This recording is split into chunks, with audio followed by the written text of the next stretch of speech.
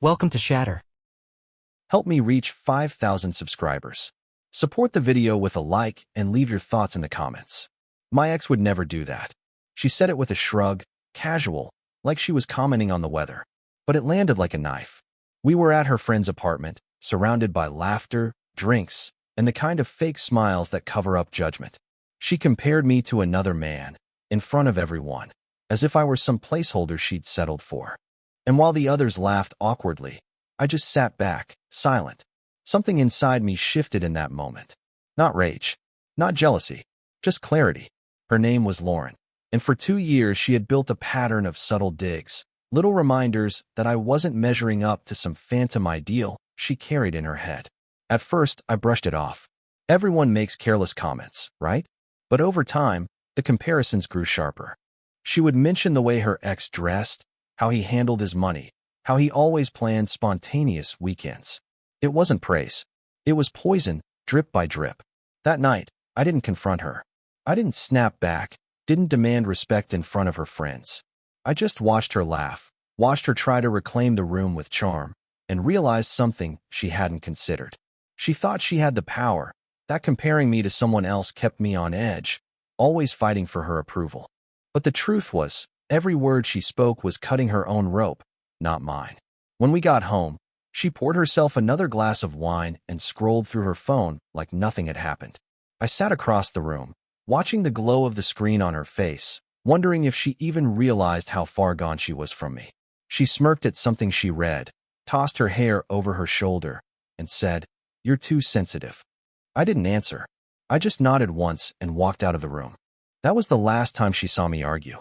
The days that followed looked normal on the surface, but inside, I was already gone. I stopped reminding her of bills. I stopped planning dates. I stopped filling the silence she used to control. And the more distant I became, the more she reached for her phone, scrolling through old photos, posting curated snapshots of a relationship she thought was still intact. She didn't realize I was already letting her go piece by piece. She had compared me to her ex so many times, but the irony was brutal.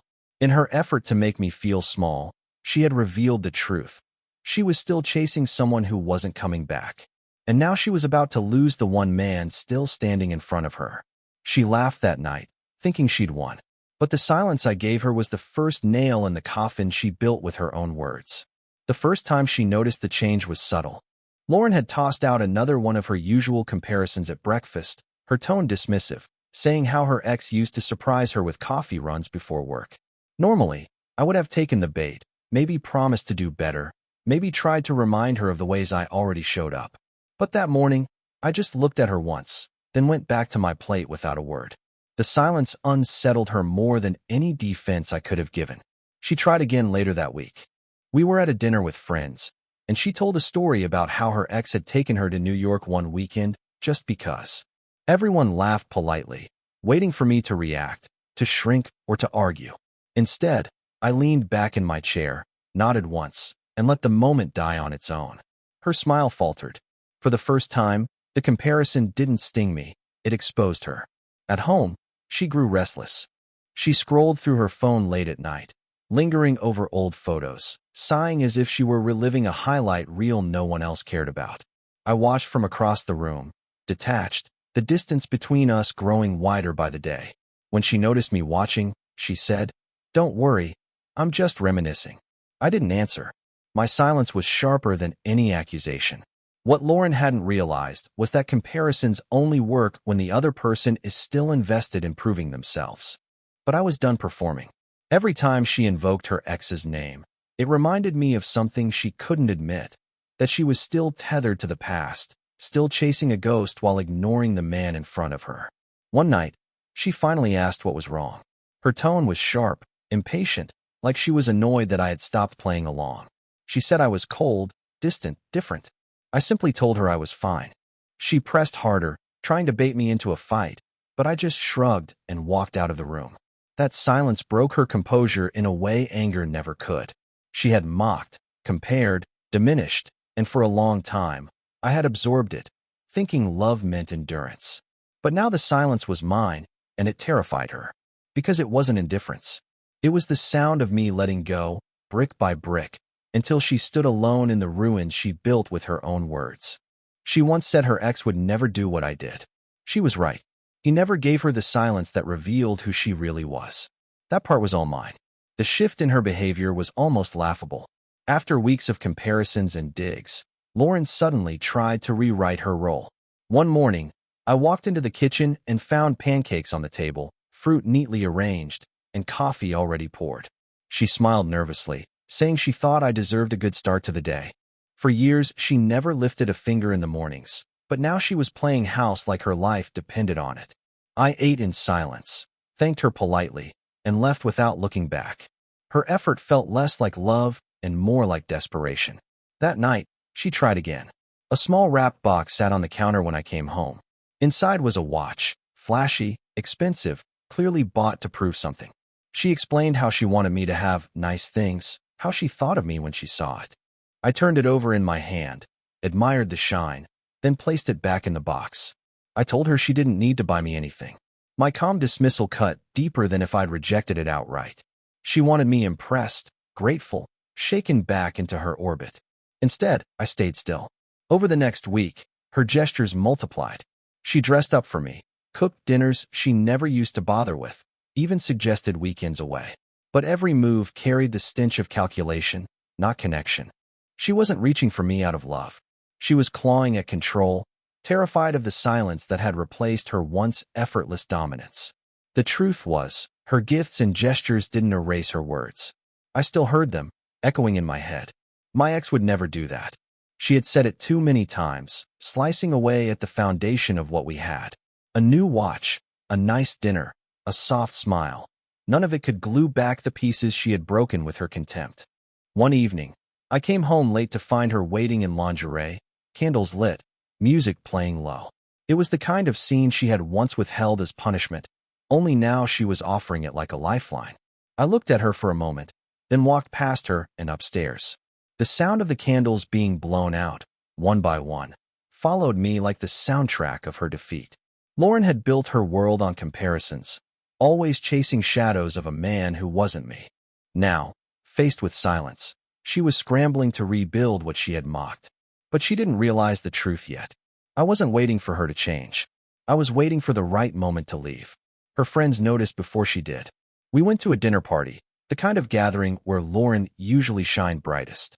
She wore a new dress, laughed louder than everyone else, and worked the room like she was on stage.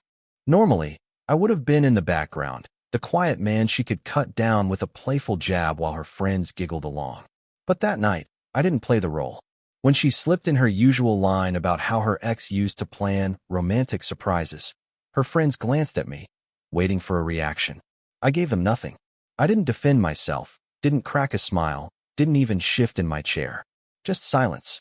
The room grew uncomfortable. One of her friends cleared her throat, quickly changing the subject. Lauren's laugh came late, brittle, like she realized the punchline had turned on her. Afterward, in the car, she asked why I was so quiet. I told her I was just tired. She pressed, asking if she embarrassed me. I said nothing. She hated that more than an argument, because arguments she could spin into victories. Silence left her with nothing to grip. Her mask slipped even more a week later at brunch with her sister. She had always bragged about how I took care of everything, making herself look like the carefree partner. But when the bill came, I slid my card only for my meal and left the rest for her. Her sister's eyes widened, then narrowed, as if she was putting pieces together. Lauren's hands shook slightly as she paid. Her smile stretched too thin. On the way home, she barely spoke. That night, she opened a bottle of wine and scrolled endlessly through her phone, stopping at old engagement photos from friends, from people she once envied. I caught her staring at one picture a little too long, her thumb frozen on the screen. She locked the phone quickly when she noticed me watching, muttering something about needing fresh air. The silence between us had become heavy enough that even outsiders could feel it. Her friends whispered, her family questioned, and the perfect narrative she had spun for years was unraveling in public.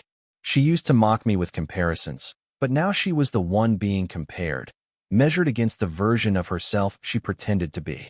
Lauren had built her identity on appearances, but appearances crack when there's nothing solid beneath them.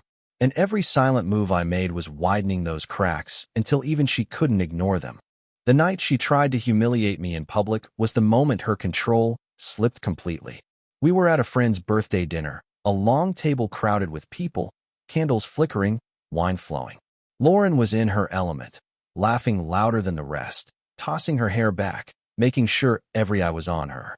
When the conversation turned to relationships, she leaned back with that smug little smile and said, "You know, my ex would never forget birthdays or anniversaries.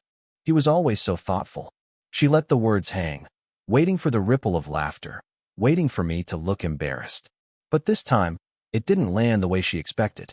A couple of people shifted uncomfortably in their seats. One woman even frowned. And I just sat there, calm, collected, cutting into my steak without a flicker of reaction. The silence that followed was heavy, awkward, and it fell squarely on her shoulders. For the first time, Lauren realized her audience wasn't with her. She laughed too loudly, trying to cover it, but the damage was done. She looked at me, expecting a fight, some kind of defense she could twist into her favor. Instead, she got nothing, just the weight of her own words bouncing back at her. On the ride home, she exploded. She accused me of making her look stupid, of not backing her up, of letting her drown in front of her friends. I stayed silent, watching the road, letting her spiral into her own anger. By the time we pulled into the driveway, she was practically shaking with frustration. She stormed inside, slammed the bedroom door, and I went to sleep on the couch without a word. The next morning, she was quieter than I'd ever seen her. No jabs, no comparisons, just silence. She kept glancing at me like she was waiting for an apology I would never give. She tried to laugh it off when her phone buzzed with messages from the dinner group, but I saw the tension in her face. People weren't laughing with her anymore. They were questioning her. Lauren had built her power on performance, mocking me in front of others, comparing me to someone who didn't exist anymore. But when the performance failed, when the audience stopped clapping, she had nothing left to stand on. And that night proved something she hadn't expected. I didn't need to fight back. All I had to do was let her speak, and she was more than capable of destroying her own stage. Her confidence began to fracture in ways she couldn't hide. The same friends who used to laugh at her jokes stopped calling as often. The brunch invitations slowed. The group chats went quieter on her phone. I could see it in her posture when she scrolled, her shoulders hunched, her lips pressed tight, her eyes darting from message to message like she was trying to read between the lines. At home, the silence between us grew heavier. She tried to fill it with forced laughter, with meaningless chatter about her day, but I let her words die in the air. She asked if I was upset. I told her no. She asked if something was wrong. I told her nothing. The colder I became, the more desperate she looked, like a performer trapped on stage after the lights had gone out. One evening, I came home to find her sitting at the table with her laptop open, a half-empty wine glass beside her. She quickly closed the screen when she saw me, but not before I noticed the search history, self-help articles, relationship blogs, even old photos of her ex on social media. She was spiraling, chasing answers in places that would never give her peace. I didn't confront her. I didn't ask questions. I just walked past her, poured myself a drink, and left her in the wreckage of her own thoughts. The cracks deepened when her sister stopped by unexpectedly. I overheard them in the kitchen, her sister asking if everything was all right. Lauren brushed it off with a laugh, but her voice wavered. Her sister wasn't convinced. When I walked in, her sister's eyes lingered on me, curious, searching, as if she could sense the shift without me saying a word. That look alone was enough to unsettle Lauren more than anything I could have said. By then, she had stopped comparing me to her ex out loud. The words that once spilled so easily from her mouth were gone, replaced by nervous glances and half-finished sentences. But her silence was different from mine. Hers was fear, confusion, regret. Mine was finality. She used to shrug off my worth like it was disposable, claiming her ex was better, stronger, more thoughtful. Now she was staring at me across the room, realizing the man she belittled was no longer within reach. And the cruelest part? She was starting to see that losing me was not just possible, it was already happening. The first time she broke down, it wasn't with anger, it was with tears. I came home late one evening to find Lauren sitting on the couch, her eyes red, a blanket wrapped tightly around her shoulders. She looked up at me like she had rehearsed the moment. like she was finally ready to play the role of the vulnerable partner she had never been before. She said she was sorry. She said she had been cruel, that she had taken me for granted. Her voice cracked as she admitted she compared me to her ex because she was afraid of losing control. I listened, but I didn't move. I didn't comfort her, didn't rush to reassure her that everything would be fine. I simply stood there, silent, while she searched my face for even the smallest flicker of forgiveness. When she realized I wasn't giving her anything, she began to cry harder, begging me to respond. I told her I heard her. Then I walked into the kitchen, poured myself a glass of water, and left her to drown in her own confession. The next morning, she tried again. She made breakfast, sat close to me, and whispered that she loved me. Her voice trembled. The words rushed out like she was trying to grab them before they vanished. I nodded once, thanked her for the food, and left for work. The look in her eyes as I walked out the door was a mixture of shock and desperation. She had spent years controlling the narrative, and now she couldn't even control a conversation. Over the following days, her attempts grew more frantic. She left notes in my briefcase, sent long messages during the day, even posted pictures of us on social media with captions about love conquering all. But none of it reached me. She was too late. The man she had mocked, belittled, and compared was gone, replaced by someone who didn't need her validation anymore. Her tears didn't move me. Her apologies didn't soften me. Because I knew the truth, she wasn't mourning me. She was mourning the comfort I had provided, the stability she thought she could mock without consequence. She had once shrugged and said, "My ex would never do that," reducing me to a shadow of another man. Now she was begging for the smallest piece of me, and I wasn't giving it. Not out of cruelty, but out of something colder. Finality. Her sorrow didn't last long. When her tears failed to break through my silence, Lauren's grief curdled into anger. One night, I walked in to find her pacing the living room, wine glass in hand, her face flushed with rage. She demanded to know what was wrong with me, why I was acting like a stranger, why I wouldn't just get over it. She accused me of being cold, manipulative, even cruel. I let her rant. I didn't interrupt, didn't argue, didn't raise my voice. I sat down, loosened my tie, and let her words crash against me like waves against stone. The more I stayed silent, the more frantic she became. She shouted that I was punishing her, that I was trying to make her feel worthless. She even brought up her ex again, spitting out that at least he would have fought for her. That line hung in the air like smoke. She realized it the second it left her lips, but it was too late. I stood, calm as ever, and walked past her without a word. The sound of my footsteps on the stairs was louder than her shouting. By the time I closed the bedroom door, she was sobbing again, the anger burned out of her, replaced with fear. The next morning, she tried to undo the damage with soft words and forced smiles, but her eyes gave her away. She was unraveling, caught between fury and desperation, and she no longer knew which mask to wear.